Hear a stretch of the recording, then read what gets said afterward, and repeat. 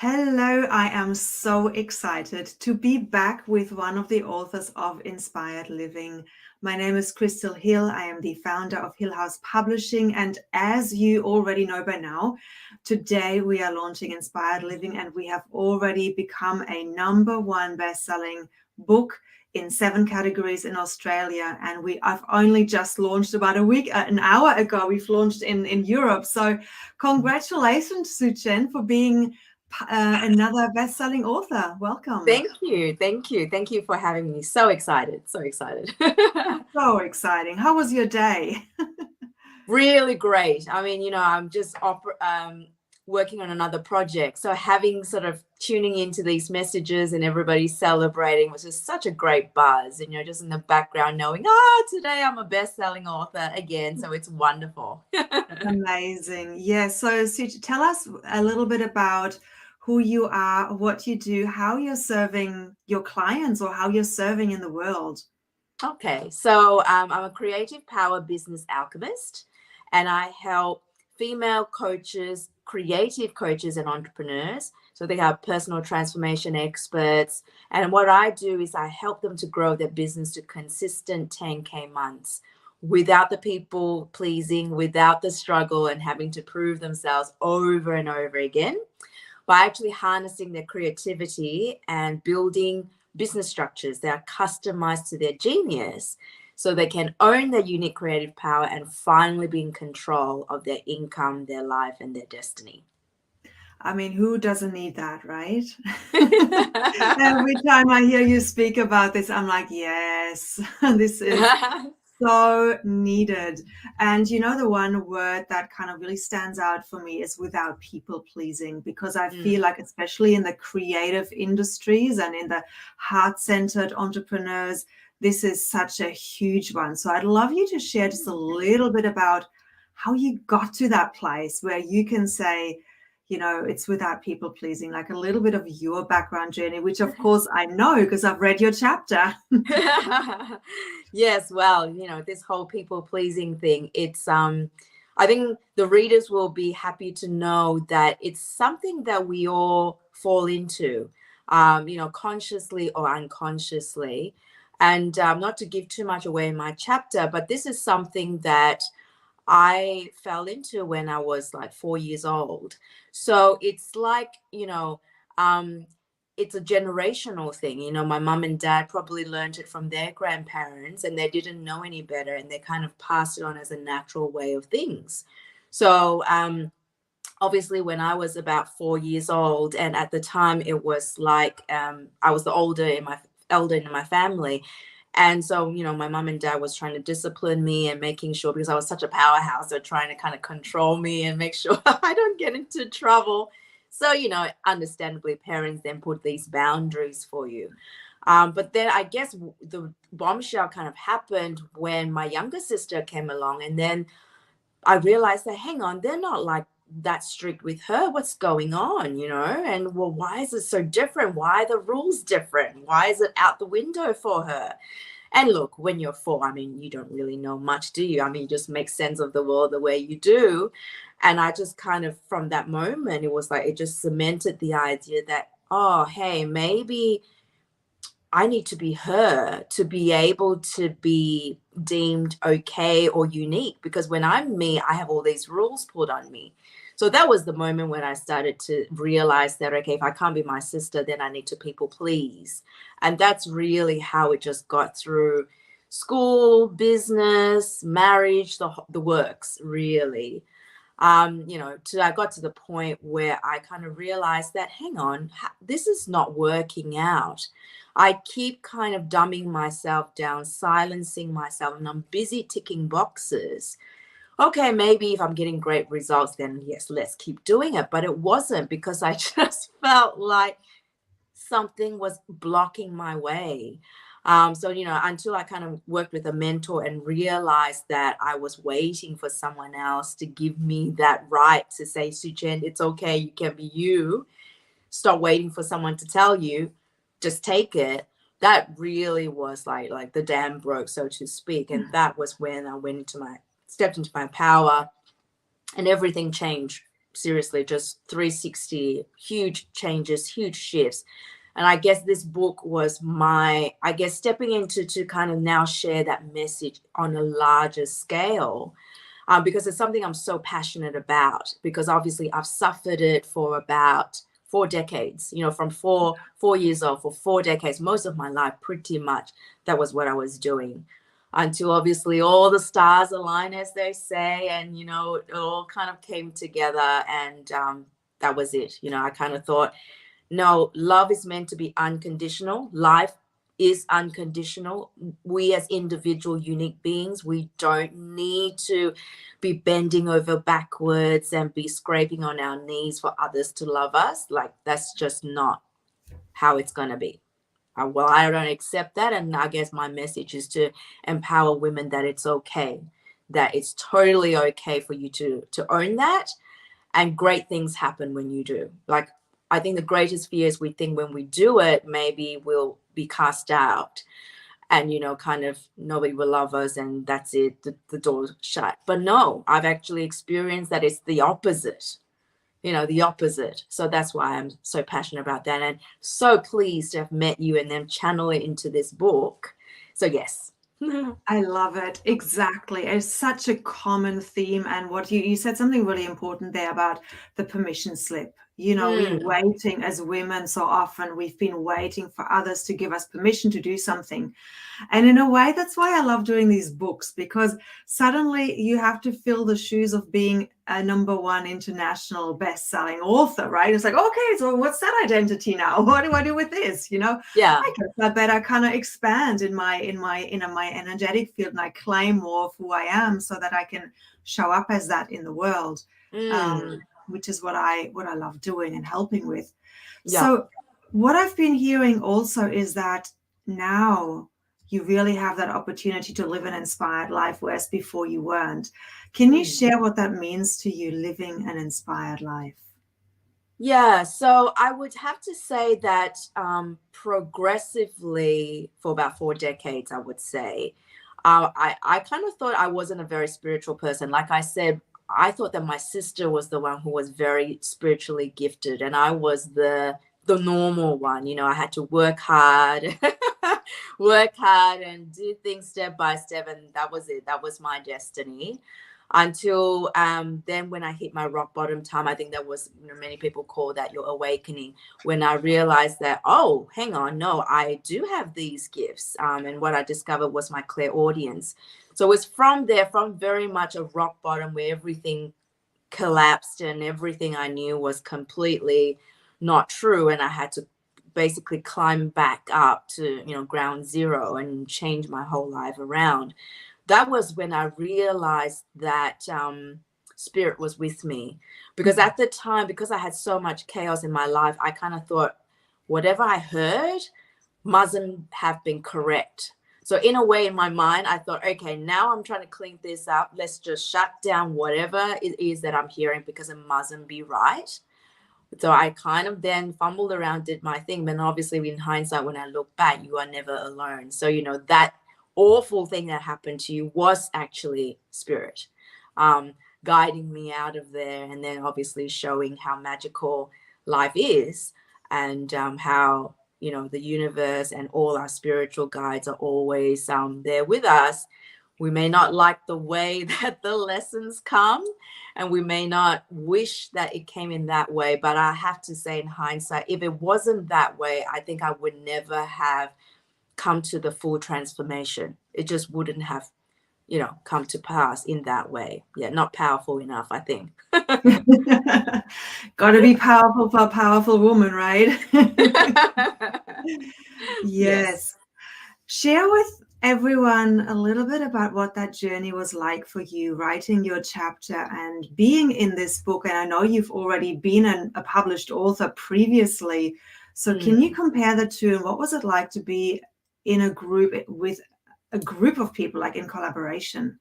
I think, first of all, I want to kind of elaborate on the process of working with you personally, because when I was a published author in the beginning, it was I was self-published, And those 3 books that I self-published was actually in collaboration with Spirit, because back then it was always my dream to be a children's book author. And I thought I had to be rich and famous before I could do it. And, Spirit said to me, no, we quit the job. We shut down everything. We start writing. And I'm like, oh my God, that was like the worst thing possible. You know what I mean? I have no money. Now you want me to just stop and just write. So yeah, that process was obviously very scary and very much a very beautiful unfolding of that. But in comparison to working with you, I guess this was a very vulnerable kind of sharing of my story. And having you as my sounding board, I think in my first draft, I kind of thought, okay, I think this is it. And then you said to me, oh, okay, well, this is very kind of, I don't know, professional, and I'm not hearing you. And I kind of, when you said it, I'm like, okay, I kind of knew maybe that was what Crystal was going to say, but I was in a way hedging a little bit, I guess, not wanting to go that far if I didn't need to. And I'm so glad you, I'm so glad you did. It's like, there's more there. Keep going. Yeah. And I'm so glad you did. And I really respect and, honor the way that you did it, because it was like, how you did it was almost kind of a very kind of respectful, honoring kind of way to say, look, there's much more. Now go do it. It wasn't a very kind of pushing, domineering kind of, I'm the publisher and just do as I say. But it was very much coming from a resonance to say, I can hear what your soul wants to say and you're not saying it. So nudge, nudge, go say it.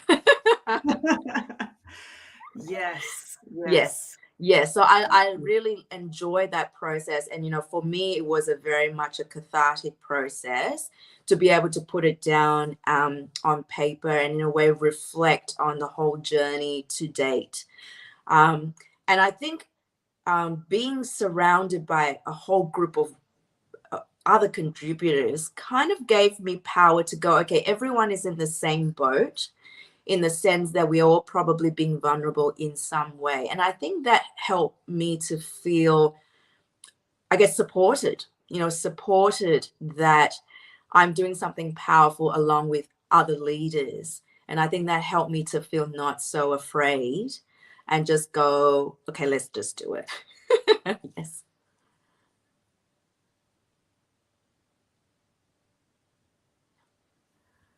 Okay, we're back. We've been having some, did you see that as well? We've been having some really weird blackouts and things, which I think it's evening.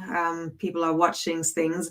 But if you can, so what I heard you say, it looks like we're back now, is that because you were part of a group, knowing that you wouldn't be the only one that I asked to go deeper into your story, helped you to kind of feel held and feel comfortable and confident to actually do it, because you were held in this beautiful container.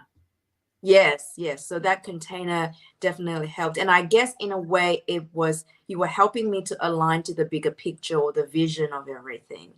Because I guess when we try to then go back into our inner child or our lower self, so to speak, we start to get all scared and worried about, oh no, what is this person going to think when I say this, and who's going to say that.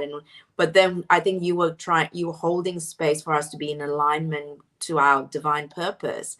And when you're at that level, all of the lower self stuff no longer matters.